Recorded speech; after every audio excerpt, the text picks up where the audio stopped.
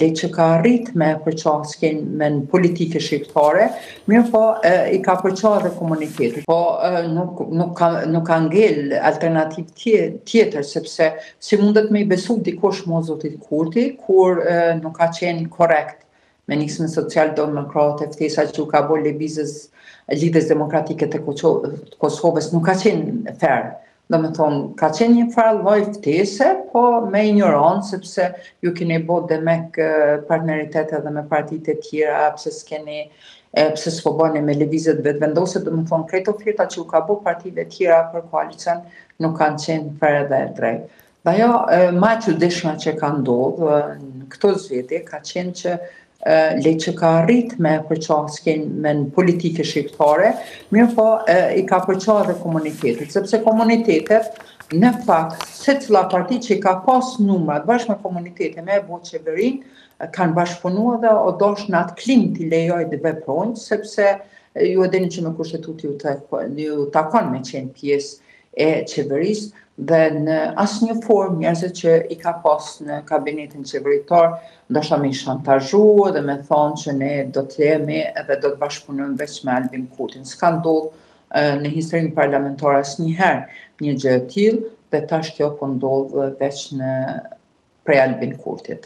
Zona Kadriaja, keni hapësirë potencialisht nëse bëhet mundësia për të krijuar numrat për një bashkëpunim me parti tjera, siç është LDK-ja dhe PDK-ja, për të shmangur zgjedhjet pas parasysh situatën në të cilët ndodhet vendi. Kemi parasysh pra po shkojmë drejt nëntorit, në ndërkohë buxheti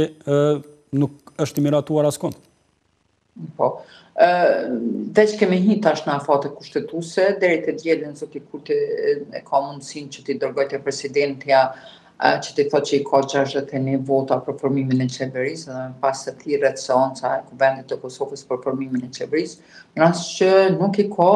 sigurisht që është obligim i presidentes atëherë të jep shansën apo mundësinë partisë tjetër e cila mundet t'i sigurojë 61 vota. A nuk e di se a mundet t'i sigurojnë partitë opozitare 61 vota për krijimin e qeverisë, nuk e kam idenë sepse nuk është folur në atë drejtim, përderisa nuk konsumohet ky afat i kushtetues që ka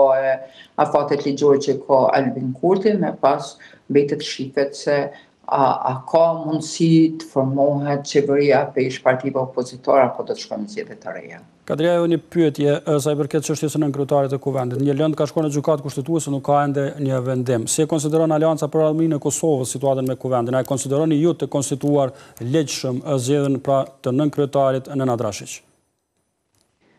Gjithë kjo polemikë që është bërë për një pozicion të nënkryetarit,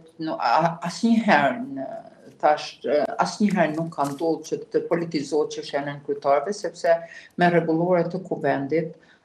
dihet se kujt dhe cila parti ju takon pozita e nënkryetarit dhe votohet pako. 3 nënkryetarit e shumicës votohen pako, 2 nënkryetarit e komunitetit votohen pako. Këtu ka ndodhur një ndarje e votimit të nënkryetarëve, veç të nënkryetarës që është zgjedhur Emilia Rexhepi dhe të komunitetit serb, është ligjore dhe është konstituar Kuvendi, nuk du me prejudiku, le të jetë gjykata kushtetuese që tregon të vërtetën se është konstituar dhe është vepruar drejt në këtë drejtim. Shkurtimisht, potencialisht, kur i parashini zgjedhjet e jashtëzakonshme, zona Kadriaj? Tash jemi në afate kushtetuese, deri të dielën është afati i Albin Kurtit, pas kësaj të dieli jepet mandatohet dikush tjetër jepet e drejta nëse ka mundësi që të krijohet një shumicë tjetër e thjesht parlamentare dhe mbas atyne jave nëse partitë ose nuk është mundësia të siguron 61 vota për krijimin e qeverisë, atëherë